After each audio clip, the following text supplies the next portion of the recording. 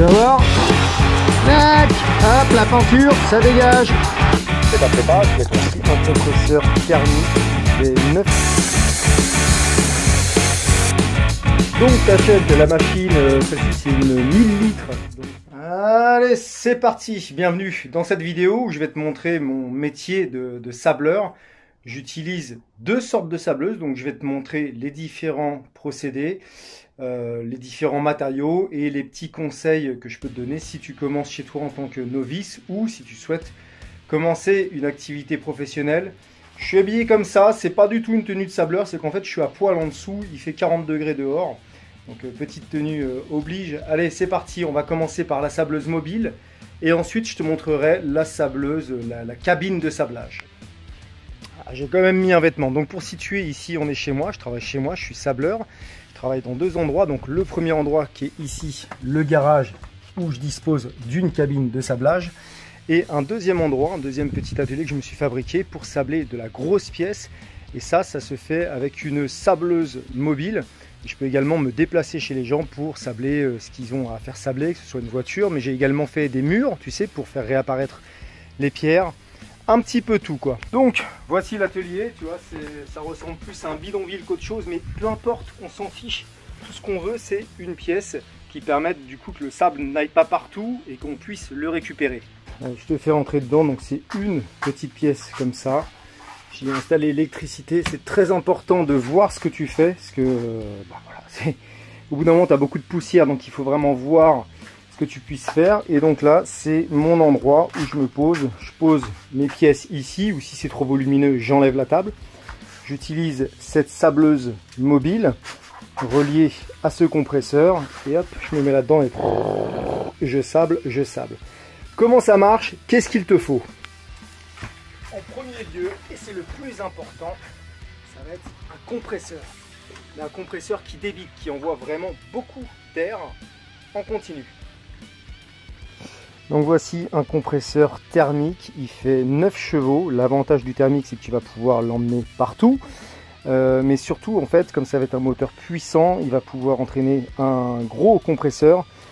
Ça va tout le temps, constamment débiter. Alors qu'avec les compresseurs électriques, encore une fois, ça dépend lequel, on y revient après.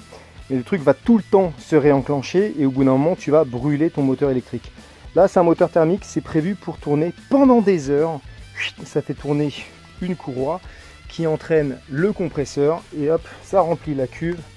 Et bam, pareil, ta sableuse, il faut la relier en direct de la cuve, pas passer par ça, pour avoir vraiment le full débit. T'en fais pas, si la cuve est en surpression, il y a une soupape de sécurité, ça s'ouvre automatiquement, ça va pas te sauter à la gueule. Donc le compresseur, c'est vraiment à pas négliger, il faut mettre le prix là-dedans. Moi je l'ai trouvé d'occasion quasiment neuf, donc j'ai fait une bonne affaire, je l'ai acheté 1200 €. Mais il faut pas prendre, se dire bon ça va faire, il envoie bien, il a une grosse cuve, il coûte 500 balles. En électrique bien sûr, ou en thermique, prendre un truc à 3 chevaux, c'est pas suffisant, il faut minimum 7 chevaux. Là pour être sûr, j'ai pris un 9 chevaux.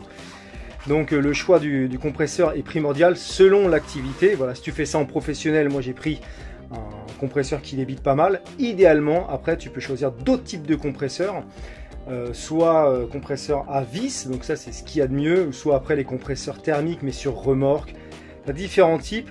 En tout cas pour moi, ce que j'en fais, mon activité, puisque je ne sable pas tous les jours pendant 8 heures, ce compresseur fait le taf. Donc un bon compresseur qui envoie du débit. La taille de la cuve n'est pas importante, c'est le débit qui les restitue qui est le plus important.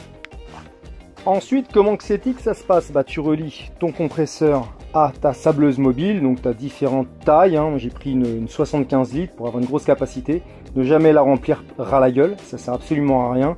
Idéalement, tu les remplis 2 tiers, 3 quarts. Et donc, voilà, c'est relié. Dedans, tu mets ton sable. Petite démonstration. Bon, en fait, je vais pas ouvrir un sac de sable pour te montrer, mais bon, tu as un entonnoir plus grand que ça d'habitude. Et tu verses ton sable dedans et tu remplis ta sableuse mobile. Il y a différents. Pour une sableuse mobile, on ne prend pas du garnet ou de la bille de verre ou d'autres choses. Tu t'en foutrais partout, ça coûte horriblement cher. Pour ce type de sableuse, ce qu'on utilise, c'est du sable à sabler. en l'occurrence du sili-sable. Tu trouves ça chez Brico Mes Couilles en général, hein. Moi je l'achète chez Chausson, les magasins de matériaux Chausson. Ça coûte environ entre 10 et 15 euros le sac, ça dépend où tu vas le chercher, et tu as différentes granulométries. Moi ce que je prends en général, c'est de la granulométrie numéro 1. Ça fait bien le taf, tu as du 0, du 1 et du 2. 0 très fin, c'est de la poussière. 1 moins fin. 2 ça commence à être du gravier. J'exagère bien sûr, mais voilà, c'est plus large. Ça dépend de l'utilisation que tu t'en fais. Moi je trouve que le 1 il va bien pour tout. Le 0 malheureusement il ne s'utilise qu'une fois, parce que comme il est très fin, une fois que tu le projettes contre ta pièce, bah, il continue à se casser, il se fracasse et à la fin ça fait vraiment de la poussière. Celui-ci tu peux l'utiliser 3 fois grand maximum. Donc voilà, je dis bien 3 fois grand maximum. Moi, au début où j'ai commencé l'activité, bah, je m'étais dit je suis plus malin que les autres, je vais l'utiliser plein de fois. Et en fait c'est une très mauvaise idée, parce que plus tu l'utilises, bon, bah, plus il va se fracasser ton sable. Tu vas le récupérer, tu vas le tamiser et tu vas le remettre dans ta machine. Et au bout d'un moment, c'est devenu tellement de la poussière qu'en fait, ça en fout partout. C'est plus efficace et en plus, ça bouge ta machine. Les réglages, je vais te montrer ça après, mais bon, voilà, en gros, tu sables et tout ta pièce. C'est pour ça que j'ai mis des bâches partout. Quand je sable, je ferme tout. Je fais mon machin. Une fois que j'ai vidé ma cuve, bon bah j'arrête, je coupe l'air là-dedans, j'arrête ma machine et ensuite coup de balai, je récupère tout mon sable et je le mets dans un tamis, comme ça, hop, avec ma petite pelle, donc je le tamise pour éviter de mettre plein de merde et hop, tout ça après je le remets dans ma sableuse. Voilà comment ça se passe. Donc en l'occurrence avec ce sable là 3 fois maximum. Si par contre tu fais des murs, ce que j'ai déjà fait, hein, comme j'ai dit, pour récupérer la pierre, tu l'utilises qu'une fois, parce que sur les murs, tu as tellement de merde qui tombe des murs, tellement de poussière et tout, quand tu le réutilises une deuxième fois, nuage de poussière partout, c'est pas réutilisable. Mais pour du métal ou du bois, voilà, 2-3 fois maxi. Je fais ma petite pub rapidement, si les services de sablage t'intéressent, moi je suis en région nantaise, au Lorot-Botero, n'hésite pas à me contacter si tu as des choses à faire sabler, ou si tu souhaites que je me déplace chez toi pour sabler des choses. Mon contact est en description et puis il s'affiche là. Allez, on reprend la vidéo. Alors, comment on utilise une sableuse? Bon, bah le truc, voilà, je te l'ai branché au cul comme ça. Alors, encore une fois, tu as différentes prises et tout. Moi, on me l'a vendu comme ça. Le gars qui me l'a vendu avait déjà fait la bidouille pour foutre ce truc-là. Là, en dessous, tu as un déshumidificateur. Ça fonctionne un peu, c'est toujours mieux que rien, c'est sûr. Bon, tu mets ton truc, clac. Ensuite, tu raccordes ton tuyau à ta sableuse. Ça, c'est pareil. Il va falloir que tu sois bricoleur, parce que quand elle t'est vendue, suivant le tuyau que tu as, en fait, tu n'as rien pour directement la raccorder à ton bordel. C'est un petit peu à toi de te débrouiller, soit trouver les bons raccords, soit en l'occurrence, moi j'ai acheté ce raccord rapide qui n'était pas fourni avec la sableuse. Et je me suis bidouillé, fabriqué. Le soudage, la soudure est dégueulasse, mais on s'en fout, ça fonctionne. Ça fait des mois que ça fonctionne. Et je me suis fabriqué ça, tac, et j'arrive pas à une main. Et tu raccordes ta sableuse, donc là c'est branché, donc tu trouveras un moyen ou un autre pour la brancher, il y en a qui font différemment. Tac, tu as rempli ta sableuse, ok, c'est super. Tu fermes le bouchon, avec le joint, tu penses à bien le fermer surtout, et normalement sur ta sableuse, toutes les vannes sont mises, c'est fermé quoi, ici et en bas. La vanne pour le sable. Tu démarres ton compresseur, il commence à mettre de la pression, toutes tes vannes sont fermées, c'est très bien, c'est parfait. Ensuite, tu vas ouvrir en premier celle-ci, attention, il y a un ordre à respecter. Au début, de toute façon, tu te feras avoir. Tu ouvres celle-ci, qui va amener de la pression dans la cuve, tac, tac, tac, tac, tac. Une fois que ta pression est arrivée à 3-4 bars, tu peux ensuite ouvrir la deuxième vanne. Cette vanne derrière va envoyer de l'air sur ton tuyau. Donc hop, c'est bon, tu as un débit en continu. Normalement, tout ça, c'est stabilisé. Ta sableuse est restée à 3-4 bars, un truc comme ça. Tu as de l'air qui s'envoie. Et la dernière étape, tu te baisses et tu ouvres gentiment la vanne de sable. Toujours la dernière à ouvrir. N'ouvre surtout pas en premier. Et là, tu vas avoir le sable qui va commencer à sortir. Donc, suivant le flux que tu as, tu ouvres plus ou moins en bas ta vanne de sable. Forcément, moins c'est ouvert, plus t'en économises. Et là, tu peux commencer à sabler. Des fois, la machine va... il arrive que des fois, elle bourre, que tu n'aies plus de sable et tout. Ce que je fais, moi, ma petite technique, je ferme d'un coup et je réouvre. En fermant d'un coup, ça va pousser le sable au fond. Et ensuite, en réouvrant, bah, ça va enlever le bouchon. Et une fois que tu as terminé de sabler, n'oublie surtout pas cet ordre. Tu laisses ton truc comme ça. Admettons, tu n'as plus de sable, même si tu as déjà du sable.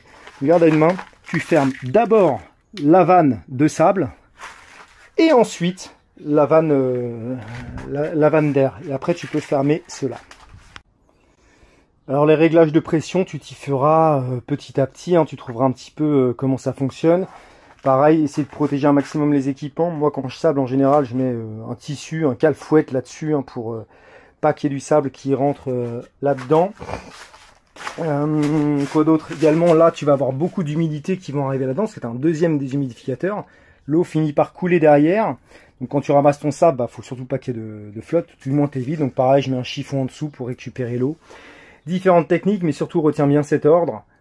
Tu mets l'air, ça se met en pression, tu ouvres ton robinet d'air et ensuite ta vanne de sable. Une fois que tu as terminé, tu fermes ta vanne de sable, tu fermes celle-ci et tu fermes celle-ci et tu fermes ta gueule. Tu fais ta prépa, tu mets ton sable et tout machin, tu fais partir ton compresseur et tu vas sabler pendant peut-être une demi-heure et une fois que tu n'as plus de sable, bon bah tu ramasses tout, tu tamises.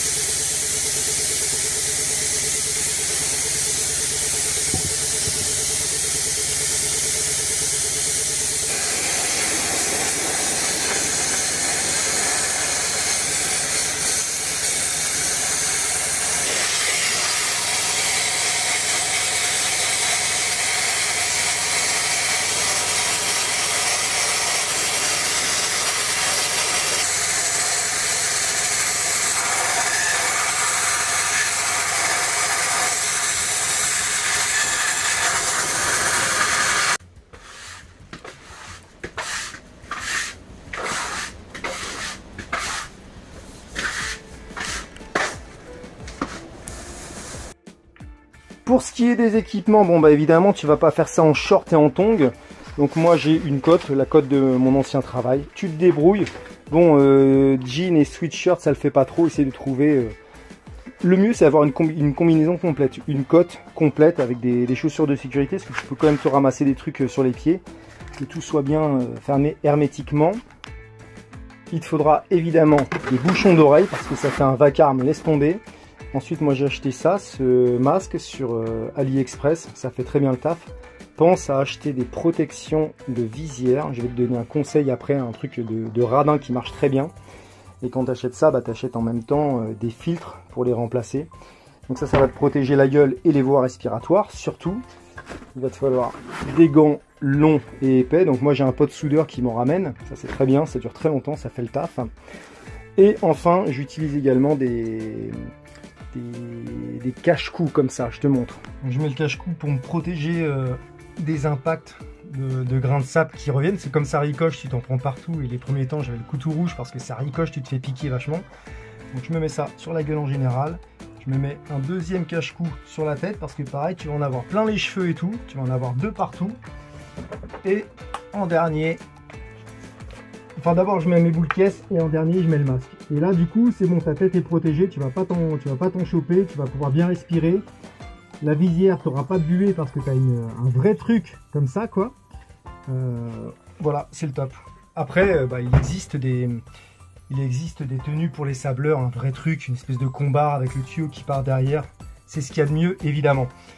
Ça dépend à quelle fréquence tu l'utilises. Moi pour mon utilisation semi-occasionnelle, comme je dis, j'en fais pas tous les jours du sablage. Ça fait largement le taf et ça coûte vraiment pas cher. Le masque c'est AliExpress, une quinzaine d'euros.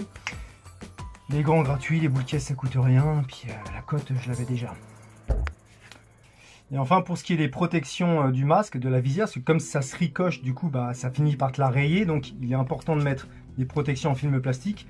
Soit tu peux en acheter, ça coûte une blinde. Soit moi ce que j'ai fait, encore une fois, AliExpress, j'achète du film de protection de cuisine ou de vitre, enfin un film transparent autocollant. Après je me suis fait chier à faire un patron, mais je les découpe un à un, tac tac tac tac tac, donc une fois par mois je passe 1 heure à découper, je sais pas, une cinquantaine de visières. Et puis même moins d'une fois par mois en fait, j'ai dû le faire seulement 2 fois. Et donc après voilà, je suis peinard. Quand ma visière est toute rayée, j'enlève mon truc, je mets mon nouveau. Et ça m'a coûté 5 € le film plastique. Voilà pour ce qui est du sablage avec une sableuse mobile. Donc il est, comme je disais, impératif d'avoir un local où tu vas pouvoir récupérer tout ton sable. Parce que ça part de partout, hein. Si tu n'as pas un endroit, si c'est pas clos, il va partir de partout. Tu vas avoir beaucoup de pertes et également beaucoup de ménage et beaucoup de poussière. Donc il faut avoir une espèce de cabane ou un garage ou un truc comme ça. Et l'avantage du sablage comme ça avec la sableuse mobile, c'est que tu vas pouvoir tout sabler. Tu peux te faufiler partout, ton truc tu l'emmènes, ça va être tout support, plein de choses. L'inconvénient, c'est que par exemple pour la petite pièce moto, de la petite pièce en fait, c'est beaucoup de mise en œuvre avec la sableuse mobile. Moi j'ai une demi-heure de mise en œuvre avant de commencer un sablage et ensuite une demi-heure pour replier les gaules et puis le ramassage du sable, le tamisage, etc. etc. Il y a beaucoup de manœuvres à faire, plus l'entretien du matériel. Bon, ben voilà, faut changer les buses, il y a plein de trucs comme ça. Donc ça, ses avantages et ses inconvénients. Et l'inconvénient, ça va être également voilà, d'aller chercher beaucoup de sacs de sable. Ensuite, il faut pouvoir le recycler. Voilà, tu t'es fait ton propre idée sur l'avantage et l'inconvénient de la sableuse mobile, suivant ce dont tu as besoin. Et donc c'est pour ça que j'ai investi dans une cabine de sablage, parce que je fais principalement de la petite pièce moto, des carénages, des réservoirs, des cadres et des choses comme ça. Donc je vais te montrer maintenant la deuxième façon de sabler dans une cabine. Le principe est quand même assez différent. Je fais une aparté avant d'entamer le sujet sur les grosses cabines de sablage. Souvent on est tenté de prendre les petites cabines que l'on voit environ à 100 € sur Amazon et tout ça, les petites 90 litres. Pour en avoir eu une, je l'ai utilisée 2 fois, je l'ai revendue, c'est pas suffisant. Donc n'oublie pas qu'il te faut un bon compresseur pour la faire fonctionner. Avec un petit compresseur comme ça, laisse tomber. En fait, ça va juste pas marcher, le truc il va tout le temps s'enclencher, tu n'auras pas assez de débit de puissance.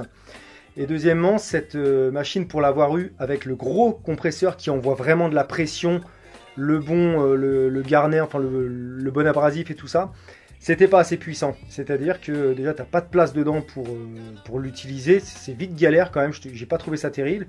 Et il fallait rester longtemps sur un spot pour commencer à le décaper. Ça va aussi vite de le poncer, j'ai trouvé ça pas terrible. Donc si tu souhaites acheter un truc, même pour l'utiliser ponctuellement, des fois, il vaut mieux prendre une cabine un peu plus grosse, avec surtout un meilleur pistolet, des meilleurs tuyaux et tout ça, à 300 € plutôt que de radiner le premier prix à 100 €.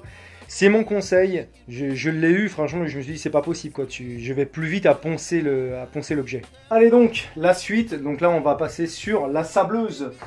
La cabine de sablage, donc pareil, un beau bijou que je me suis acheté, ça coûte environ 1500 €, je l'ai acheté neuf. C'était pas hyper avantageux de l'acheter d'occasion, tu sais pas comment ça a été utilisé, mais surtout en transport, comment tu le ramènes chez toi. Compliqué, il n'y avait pas une grande différence de prix, bref.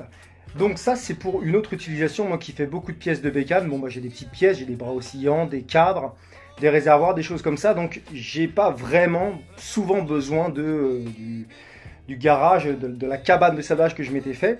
Donc avec ça, ça va permettre du coup de faire un travail un petit peu plus propre et tout du moins éviter de mettre de la poussière partout, d'avoir toute cette mise en œuvre avant de commencer le travail, puisque le sable est logé directement là-dedans.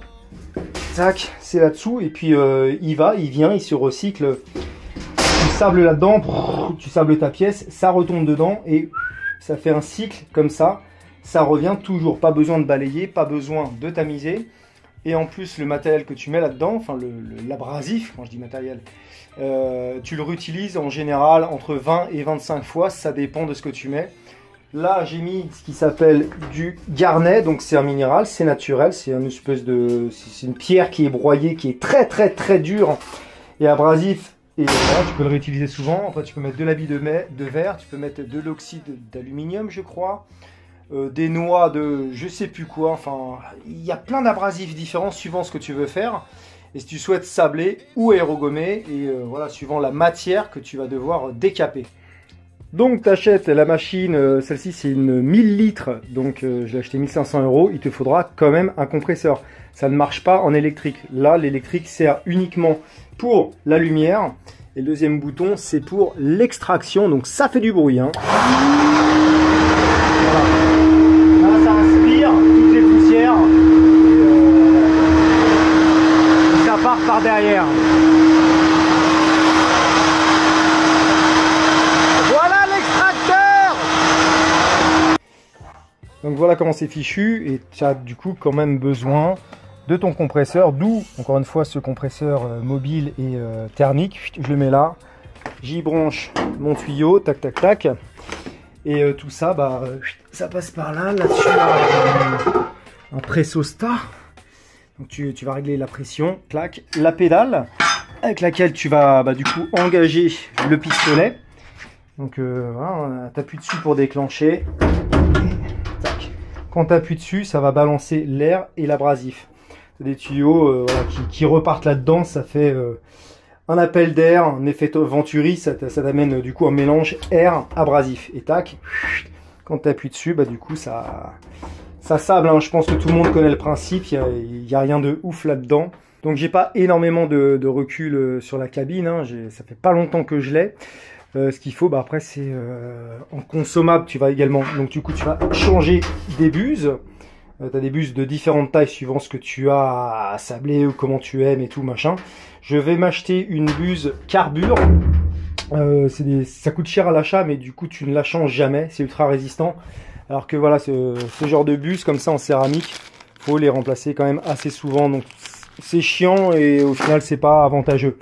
Et tu as également des protections de vitres ici qu'il faut remplacer. Alors ça c'est pareil, à mon avis je vais faire ma technique avec le film que j'achète sur AliExpress. Hein. Tu fais ça, tu le fais le tenir avec du scotch double face et merci, au revoir. Parce que si tu mets pas ça, évidemment, ta vitre sera toute rayée et tu seras baisé. Et dernier consommable à acheter, ça va être des gants, mais bon, tu as quand même le temps avant de les bousiller. Donc là, j'ai démarré ma machine, mon petit tuyau, tac tac tac tac tac. Et là tu vois la pression qui augmente, donc après à moi de régler mon bordel. Je fais ça, j'allume l'extraction, je fais du bordel, je ferme ça et je peux bosser. Mise en situation, tac, mon truc a déjà de la pression dedans, donc j'ouvre, là tu as une vanne pour l'aider à démarrer. Tac, je la ferme, ensuite je vais dans ma machine. Je vais pas mettre la ventilation, sinon on va absolument rien entendre. Tac, j'appuie là-dessus. Et tu vas voir. Tac, hop, la peinture, ça dégage. Voilà. Alors bon, l'abrasif, il faut encore que je me fasse la main dessus. Parce que pour de la peinture comme ça, là, ça s'en va bien. Dès que c'est de la peinture plus épaisse, la peinture à jante, ça met une plombe. Donc là, moi je pense que mon abrasif n'est justement pas assez abrasif. J'ai encore des choses à apprendre dans le maniement de cette cabine. Quel abrasif utiliser, comment bien régler ma buse et tout machin. C'est tout récent, hein. Toi je te fais pas un cours. Enfin si, en fait je te fais un cours, un tuto sur la cabine de sablage, mais je suis loin d'être un expert. Et voilà, ça facilite quand même le travail. Là tu vois, j'ai même pas mis la ventilation. Et tu vois qu'en fait on voit très bien dedans quand même. Avec cet abrasif là, c'est l'avantage, c'est que ça dégage vraiment très peu de poussière. On va refaire un test. Donc du coup j'ai essayé avec une mobilette, peinture d'origine de mobilette. Et voilà, ça se fait plutôt bien. Enfin, j'ai essayé du coup avec des jantes, ça a toujours été le problème, hein. Les jantes, la peinture laisse tomber, ça met vraiment longtemps à s'enlever. Alors moi ce que je constate par rapport à la sableuse mobile, ça met quand même un petit peu plus de temps de faire le travail comme ça à la cabine de sablage. La sableuse mobile ça débite tellement, et le sable, bon sans doute parce qu'il est plus grossier, hein, il est tellement abrasif que forcément ça va plus vite. Après là je gagne vraiment en confort de travail quoi. Je me salis pas, j'ai pas besoin J'ai pas besoin de mettre toute une combarre et tout ça. Je respire normalement. Enfin, on est bien. On gagne vraiment. On gagne vraiment quoi. Ah, ça va, tu vois, ça va quand même assez vite. J'espère qu'on voit bien à cause des reflets dans la vitre. Hop là, regardez le résultat.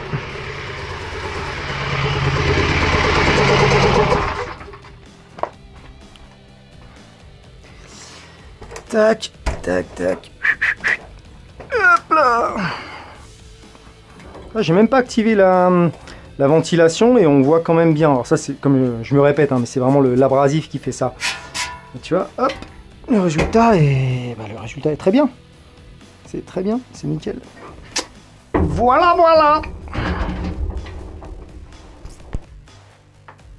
Après tu vois, tu as toujours un petit nuage de poussière que j'ai essayé avant, hein, même avec l'extraction, tu as toujours un petit nuage de poussière. Donc à voir pour mettre des bâches sur mes véhicules ou les sortir quand je fais ça. Le garage sera toujours recouvert de poussière, ça c'est sûr. Mais voilà.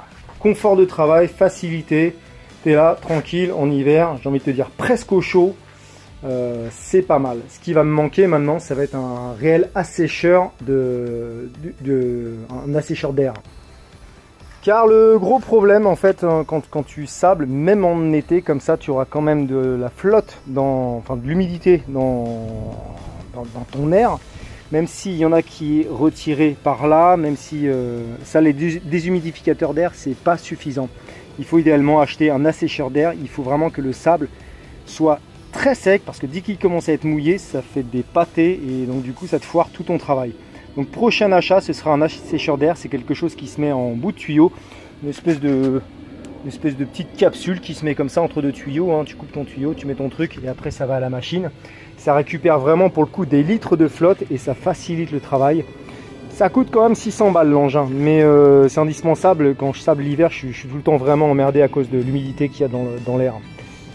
Voilà pour ce qui est de la cabine de sablage. Bon bah tu le vois, j'ai encore pas mal de choses à apprendre, hein. J'ai pas assez d'expérience là-dedans. Je l'avais juste mis en route une seule fois, très vite fait, avant de faire cette vidéo. Donc là c'est vraiment les tout débuts. Après j'ai envie de te dire, ça fait 6 mois que je suis sur l'autre, la sableuse mobile. J'ai eu toutes les galères possibles. Donc ça à côté c'est vraiment du pipi de chat, c'est beaucoup plus simple à utiliser. Un conseil, si tu souhaites acheter une cabine de sablage, tout dépend de ton utilisation, mais si tu comptes le faire de manière semi-pro ou en faire ton job, ne lésigne pas sur les moyens, prends-en une bonne directe. C'est indiqué en général chez les marchands de cabines de sablage, si c'est pour un type particulier ou semi-pro ou industriel. C'est vraiment important parce que si tu prends un truc pas cher de particulier, t'attends pas à ce que ça fonctionne bien au quotidien. Et également avoir le débit suffisant, avoir les équipements suffisamment solides. Enfin, de toute façon, c'est comme tout dans la vie. Si tu prends pas cher, tu seras emmerdé. C'est comme ça. Tu peux pas avoir un truc fiable, robuste, puissant et pas cher. Ça n'existe pas. Voilà, écoute, je crois que j'ai fait le tour. J'espère que cette petite vidéo t'a plu, t'as appris des choses. Ciao les gars, bonne semaine.